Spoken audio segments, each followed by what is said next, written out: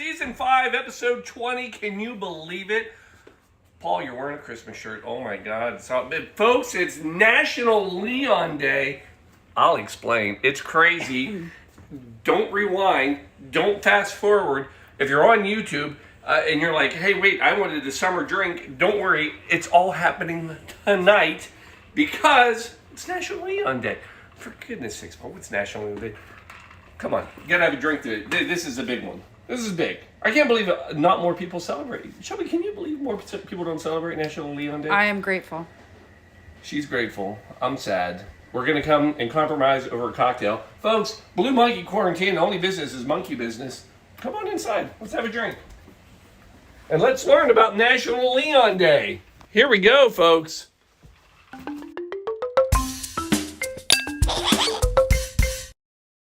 Hey, it worked. I did. How about that? Yes, folks, it's true. It's Season 5, Episode 20. Oh, you know what's funny? What? 25.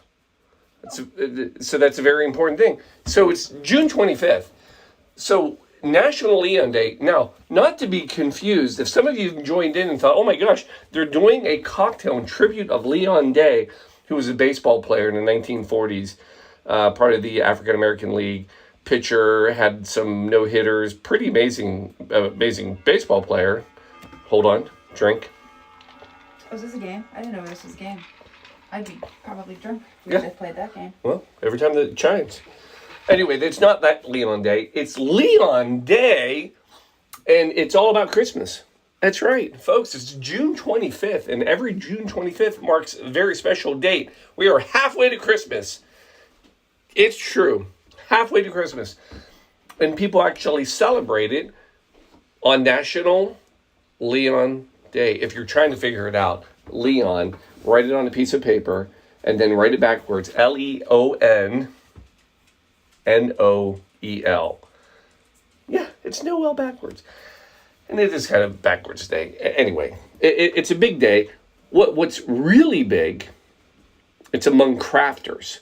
So a lot of crafters mark this as the official countdown to start crafting all of their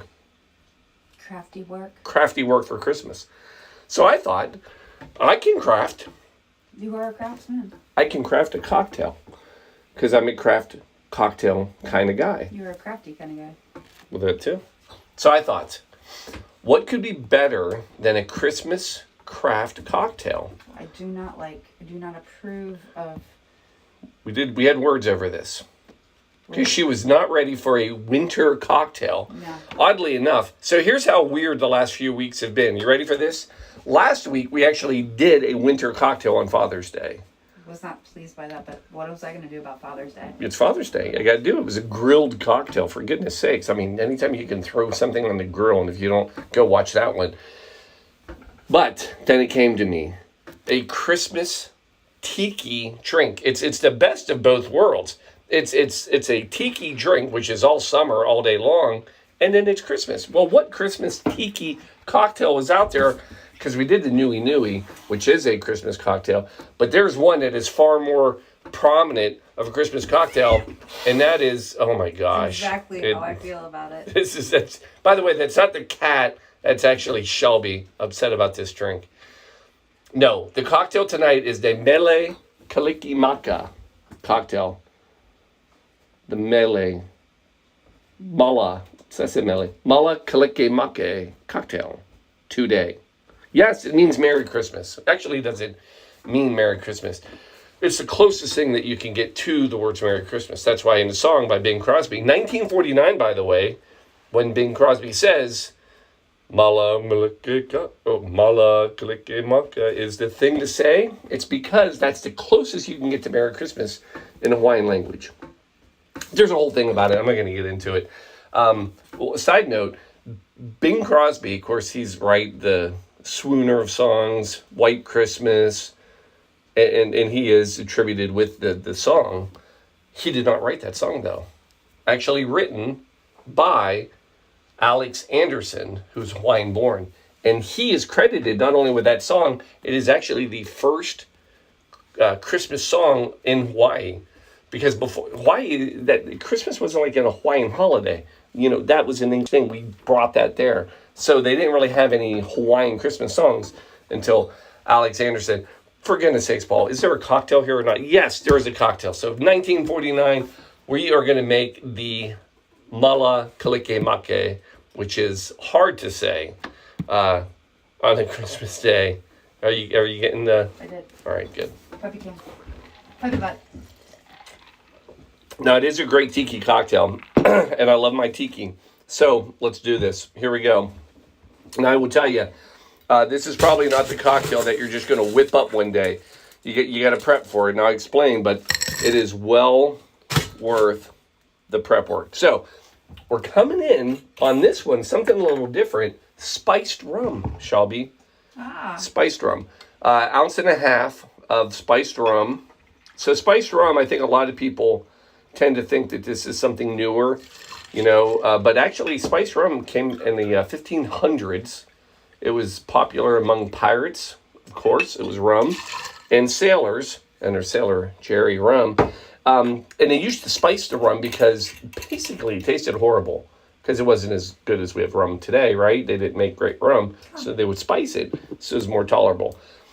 After that, a half an ounce of Amaro Nonino is what we're going with tonight. So Amaro, all these Amaros, which means little bitter in Italian, these are very, very popular now. Such a pretty bottle. It is. I don't remember us purchasing that one. So we've had several Amaros. And everybody has. And a lot of people are like, I've never had Amaro. Yes, you probably have, because as I look here, Fernet Branca, that's an Amaro.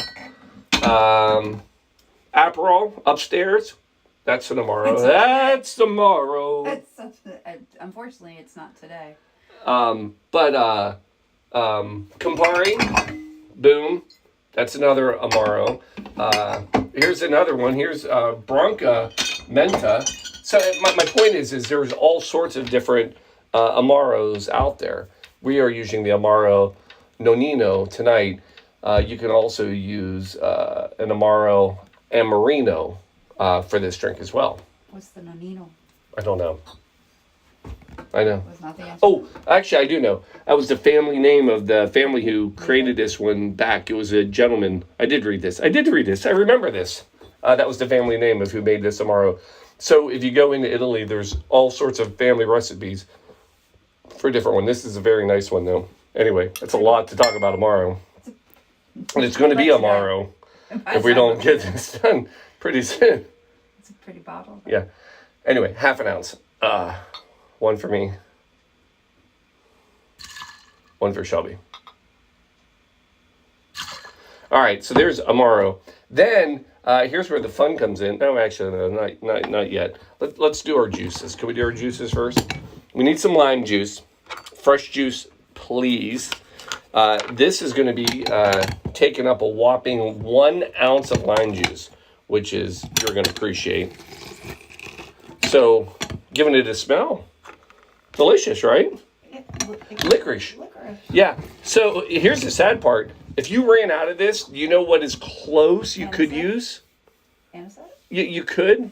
Jägermeister. Ooh. Ugh, I know. I lost her on that one. It's not a great substitute, but... We don't have that in the house. No, we don't. Nor will we ever do a cocktail of it unless it's at the quarantine cocktail, the 24-hour cocktail. All right, so I need 2 full ounces of lime juice. So there's 1. And then 1 more. Oh, that was weird. Bear with me. Lot of juices. But that's good. One of the keys to a good tiki drink is always going to be the juice. We all knew that, though, right?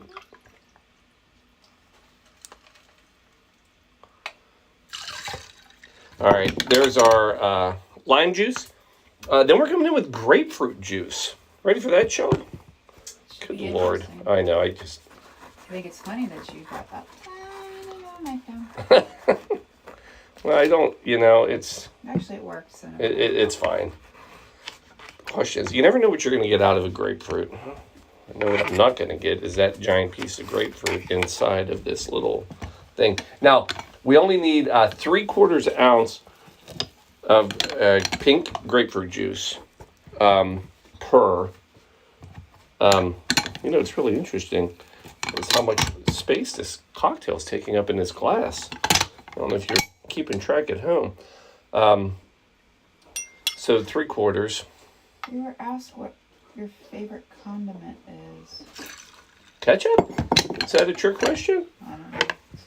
Trevor Tyrone? For a cocktail? I don't know. I'm curious. It was on Twitch, so. Well, how fun is that? We got a Twitch comment? Thoughts on ranch is his question. Thoughts on ranch? Love ranch. I've never put it in a cocktail, though. Now I'm going to have to look for one, though. So thank you. No, you don't. Well, I think we do. Hey, if I can put tomato juice, if I can put beef consomme. That was early on, and it was during quarantine. It was delicious. No. All right, so here's the next part. So we got our fruit juices. Next is the syrups. Now that's what really, really sets this cocktail aside. And I have to actually do something a little different here, folks. We're gonna have to switch this up to make some more room. We're gonna have to go pour this in here because we're running out of room. And you know what you're also running out of? Time? Battery on your computer. Oh my God, it's gonna die. Hold on, folks, stay tuned, hold on, wait. Entertain, Shelby. I don't entertain. Here.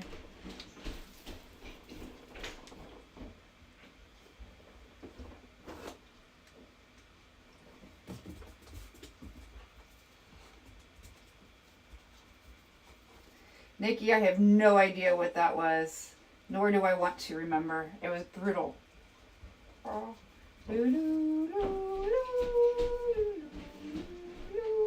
Still good? No, it wasn't the bloody bowl. Are we there? Yeah. How close? What? How close are we? I have no idea. Ranch Raiders.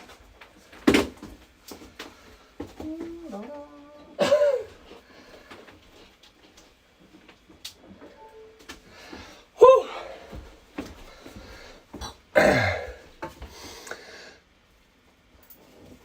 3 floors. It's impressive. All right, we're back. Anyway, the other trick to a good tiki drink is homemade syrups. So today, we made homemade syrups. And we went with a cinnamon. Yeah, I'm out of breath. So, homemade cinnamon syrup, which, if you're making, I know what I need. That's better. So the trick with the cinnamon syrup and also a ginger syrup that we made today, normally you just heat them up and strain them. With the cinnamon and the ginger, you heat them up, equal parts sugar, cinnamon, sticks, cut up ginger and ginger syrup. You want to let it sit and cool with all of that fruit in it. Yeah. Then strain it. So, cinnamon syrup, 3/4 ounce per. There's one for Shelby. Then ginger syrup, only 1/4 ounce, so 1/2 ounce total. I'm curious about that ginger syrup. Right, we're saving that. That's going to go into some teas. That's delicious. And then aromatic bitters, a couple dashes. 1, 2, 3, 4, 2 each. I got a puppy in here. It's fantastic. Yes, but what is the puppy chewing on? I don't know. Cocktail. And then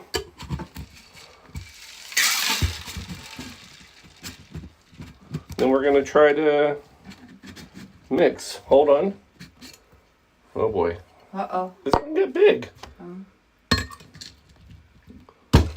Hey, we have Vanetta. You got it? Yeah, I got it. Here we go. We're good. Don't forget to smile. You know who's watching? Santa. Santa's watching. Santa's watching. I gotta make him proud. All right. Folks, there it is. that is your cocktail. So then we're going to take a couple of nice glasses. I'm going to move some things around so you can see these beautiful blue monkeys. We're going with a crushed ice. Oh, sweet. Because it typically, that is a tiki drink. It's going to have a crushed ice, right? And then we're going to strain that in there into those fresh glasses.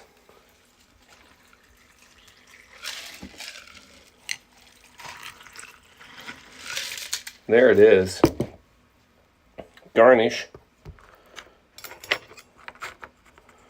with cinnamon stick and a couple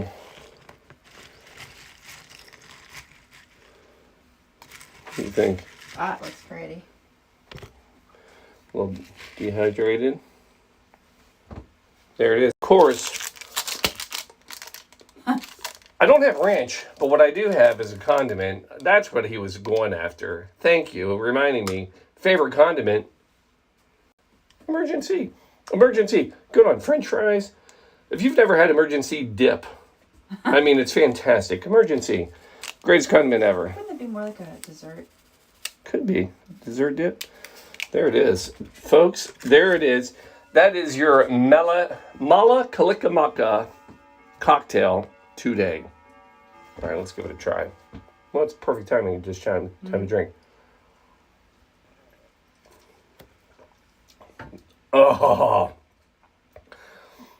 you're gonna be in love. But is it?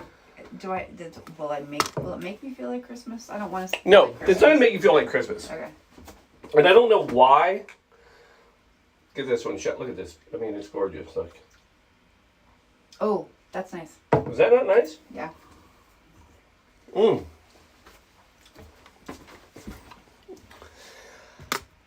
I'm guessing just that little bit of cinnamon is what they were going with on the cocktail. Yeah. That had to be the hit. The bitters. I mean, it's got It's very citrus. I mean, obviously. it's got a spice feel to it. Yeah. Between the spiced rum, the bitters, the licorice. yeah, the you smell Amaro, the cinnamon. yeah, the cinnamon. I mean, I can see. I mean, if I'm gonna have a Christmas cocktail, that's my new favorite. It's like a Christmas in Hawaii. Boom, job done. Here you go. Oh, that's good. That's delicious. Yeah, it is. Last thing I'll tell you about Christmas, summer. Not a fan of bringing up Christmas now. I know, but you got to go straight to Christmas in July. I mean, that's a thing. And here's the thing. While I couldn't really find a lot of history on the cocktail itself, who made it, when it was made, all that, what there is a lot of history on is Christmas in July. So that, not only is it a real thing, we've all heard Christmas in July. That started, there's a set date in place. 1933, it was in North Carolina at a summer camp, girls' summer camp, Keystone Camp. And one of the lady who ran it, counselor, she wanted a way to kind of be able to have a little celebration and give out gifts and do things. So she decided to do a Christmas party in July. So it was Christmas in July. And what they did, they would pick names about a week before the celebration, and then they would all go and spend that week crafting and making something in the craft room as their gift to somebody else. Aww. I know. So, again, craft cocktail. I would have made a craft cocktail back then. I probably got in trouble as a camp, but, you know. Well, you probably, since it was a girls' camp, would not have been there anyway. That's a good point. She's right. I wouldn't have been there. But anyway, folks. We got stuff? Oh, I was going to say, hey, seem to have a bunch of new viewers on Twitch, so we want to say, hey, shout out to y'all. Shout out to Twitch, yeah. Question Nothing, Nahau, and Trevor Tyrone. Thanks for following us today. Yeah, thank you. If you have a cocktail recommendation, let us know. Although we just kind of wing it. We do, but we do. We're always looking for inspiration. Absolutely. And on that, we will take our inspiration upstairs. I'm tired now. I ran. Yeah. Man, no, we've not ever run out of power on the computer. That was odd. Yeah. Oh, well. Folks, thanks for joining us tonight. Thank you for joining us on this National Leon Day. So go get your Leon on. Not to be confused with Levon. Elton John, I mean, he just sang and sold balloons in the park from his family. That doesn't count either. It's Leon Day, folks. It's just Leon Day. It's Noel backwards. Just get ready. Christmas officially now is closer than it's ever been all year. Not a fan of that. Not a fan. Cheers. Cheers. Cheers. We're out. Love you. Peace out. Christmas. We're out.